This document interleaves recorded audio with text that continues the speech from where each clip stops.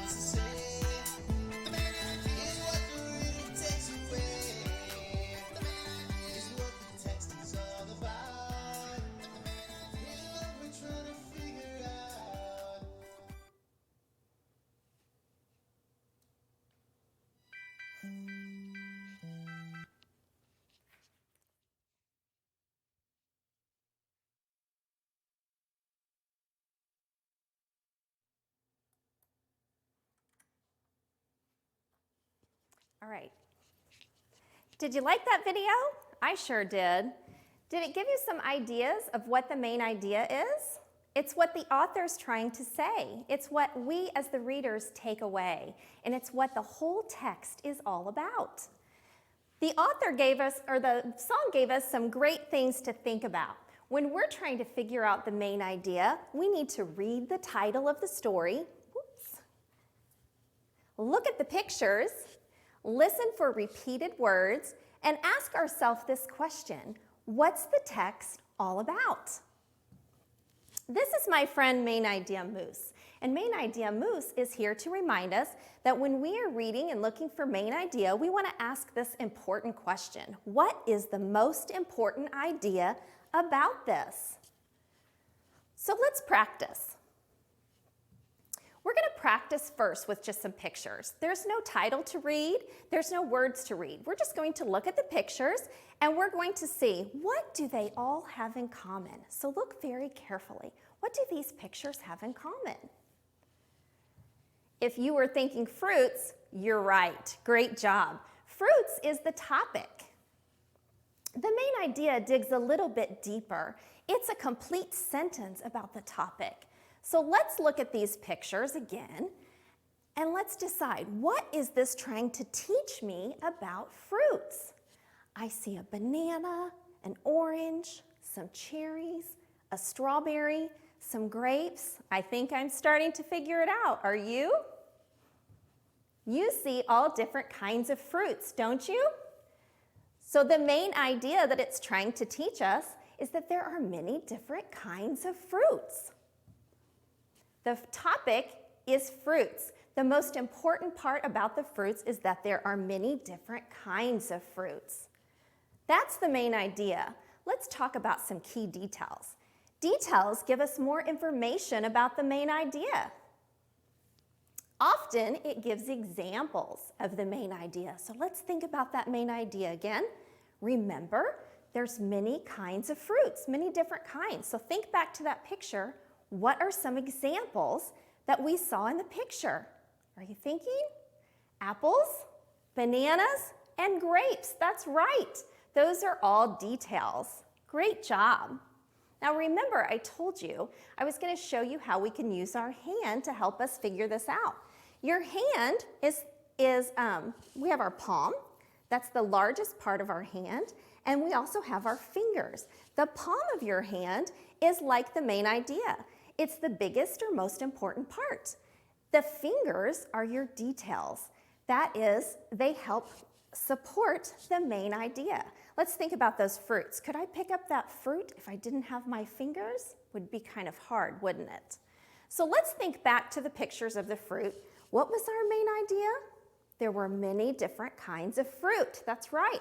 And let's think, what were some of the details?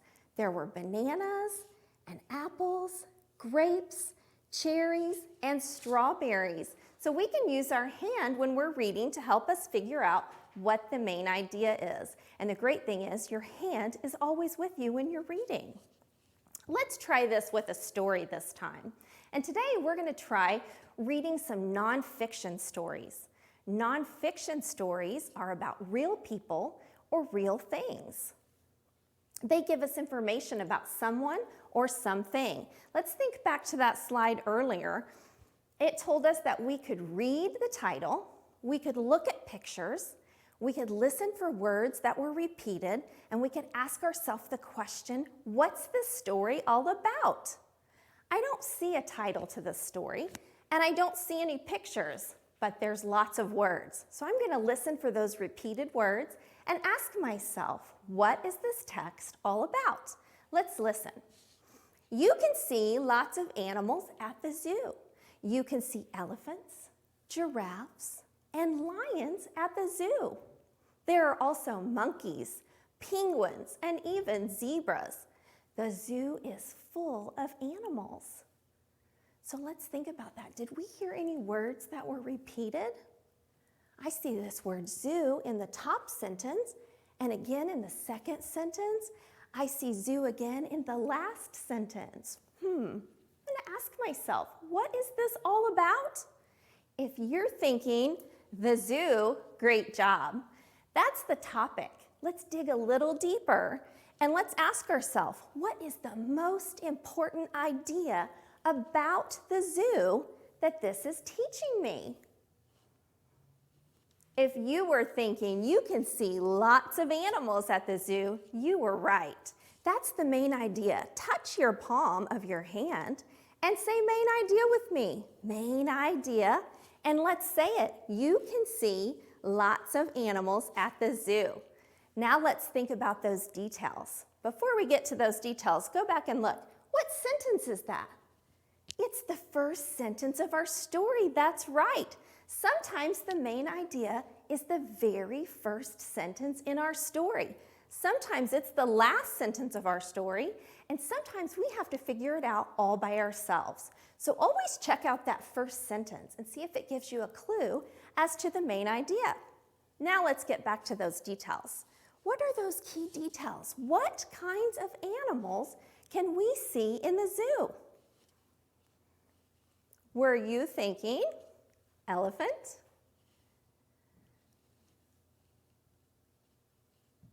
giraffe or lion, monkeys or penguins or zebras? Very good job. Those were the details in our story. Now I want you to try one on your own at home.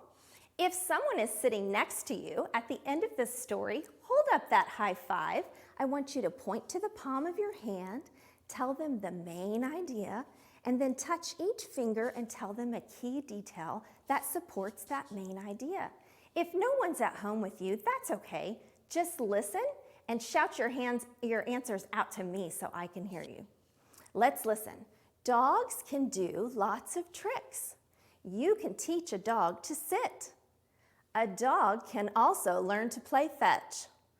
Other tricks dogs can learn are to beg and roll over. It can be fun to teach a dog tricks. Were you listening for some words that were repeated? I heard a few. Turn and tell someone at home or shout out to me, what is the main idea of this story? What is the text all about?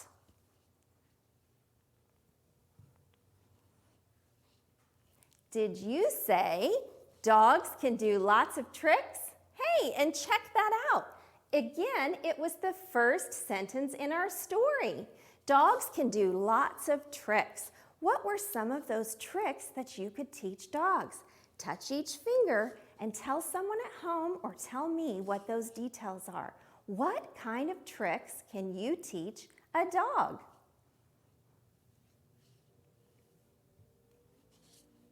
Did you say sit?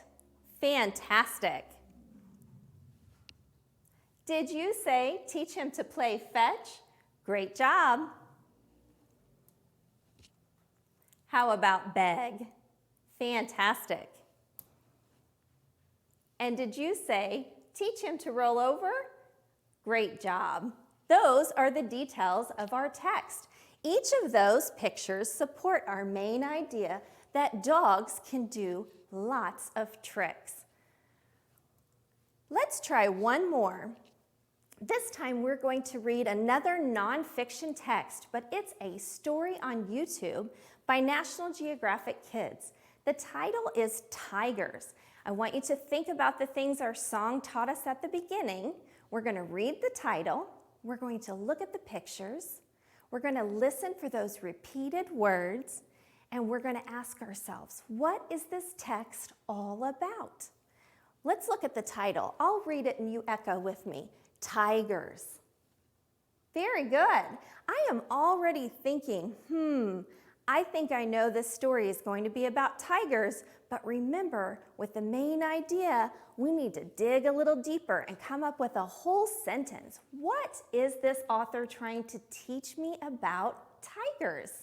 Let's listen to the story and see if we can figure out that main idea and some of those details that support it. Be ready to show me that high five at the end. Let's listen. National Geographic Kids.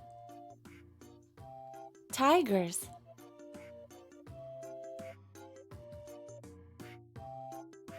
Tigers are big and beautiful animals. They are strong and powerful too. Tigers are the biggest cats in the world. Tigers live in the forest. They spend a lot of time in the water too. They live in hot places like Indonesia. They live in cold places like Russia. Tigers that live in cold places are bigger than other tigers. They also have thicker fur to keep them warm. Tigers are fierce hunters. Their bodies are built for catching prey. A tiger's stripes camouflage it in tall grass and dry leaves. Its prey may not see the tiger until it's too late. 4 large teeth help tigers kill prey quickly. A tiger's terrific eyesight helps it hunt at night. Big paws with soft pads help a tiger walk quietly. Sharp claws hook into prey and don't let go. A long tail helps a tiger keep its balance when moving quickly. Big muscles help a tiger dash or leap at its prey. Tigers are carnivores, animals that eat meat. Their favorite foods are large hoofed animals such as buffalo, deer, and wild pigs. A hungry tiger can chow down 80 pounds of meat in one meal. That's about 320 hamburgers. Besides hunting, tigers spend a lot of time marking their territory. They are not good at sharing. Tigers make long scratch marks on trees. They also rub their faces on trees and leave smelly scents. This tells other tigers to stay away. No 2 tigers have exactly the same stripes. Whiskers help a tiger feel its way in the dark. Large paws keep Siberian tigers from sinking in deep snow. Tigers can live in temperatures as low as 40 degrees Fahrenheit. Tigers are great swimmers.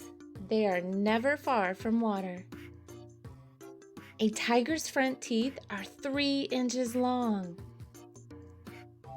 Tigers have much better hearing than humans.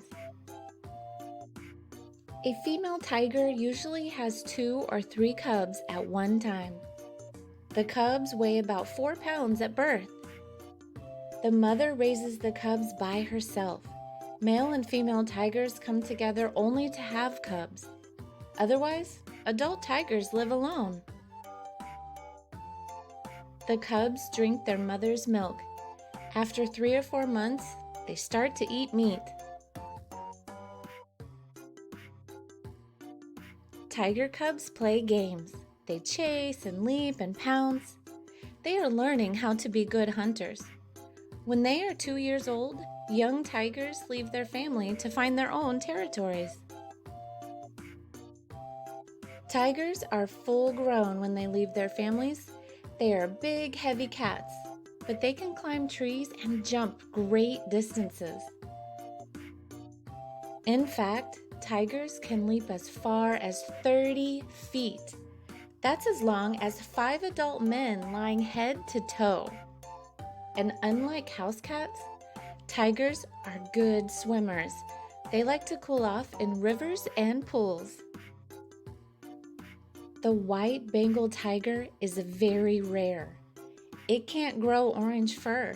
Its white coat, brown stripes, and icy blue eyes are quite a sight. You won't find a white Bengal tiger in the wild, but you might be able to see one in a zoo. Tigers are endangered.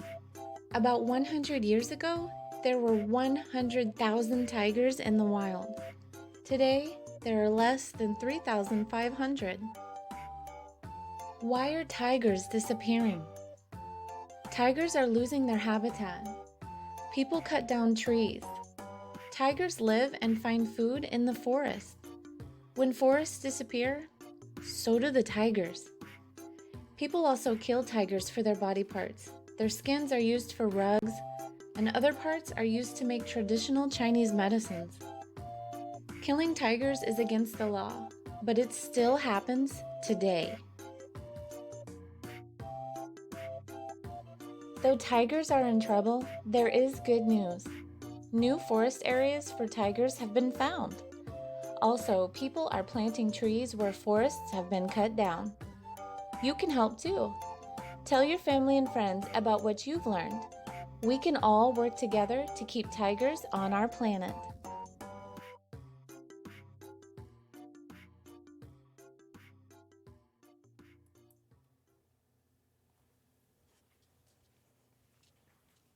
Wasn't that a great story, boys and girls? I hope you enjoyed it. I know I sure did. Let's think about that. Get that hand ready. Whoops, hold on. Miss Todrank's trying to start the video again. There we go. Now get that hand ready. We're going to talk about what the main idea was of that story, Tigers. Now, I know when I listened to that title, Tigers, that's the topic. This story was all about tigers. But what did the author want me to learn about tigers? The most important thing. Tigers are big and beautiful animals. Touch the palm of your hand and say that with me. Tigers are big and beautiful animals. Very good. That is the main idea. What were some of those key details? Touch your finger. Let's think of them. There were lots of details in that story. They have excellent eyesight. Very good. They are strong. Very good. Fierce hunters. Fantastic. They're excellent swimmers. They're meat eaters. And they are endangered. Endangered is a really big word, boys and girls. Endangered means they're in danger of not existing anymore. So those were our key details, just some of them. There were a bunch more I bet you can think of.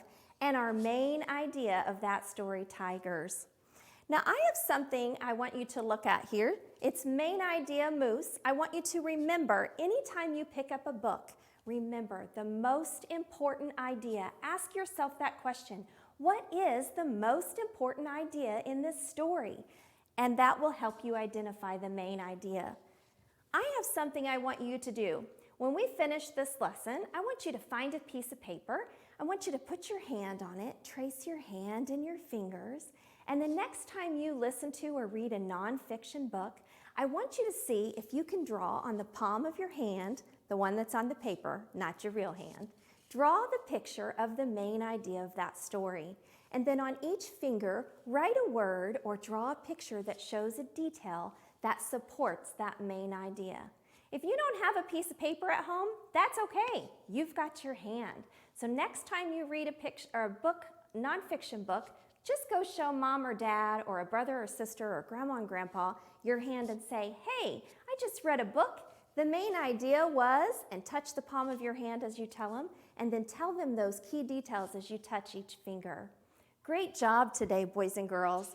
Today's code word is beach. So if you talk to your teacher today, let them know that you participated in our lesson by telling them the code word beach. I really hope you enjoyed our lesson. I hope you learned a lot about tigers. I hope you keep reading those nonfiction books and practicing our strategy of main idea so that you can make sure you understand what you're reading. It was great to be here. Bye-bye.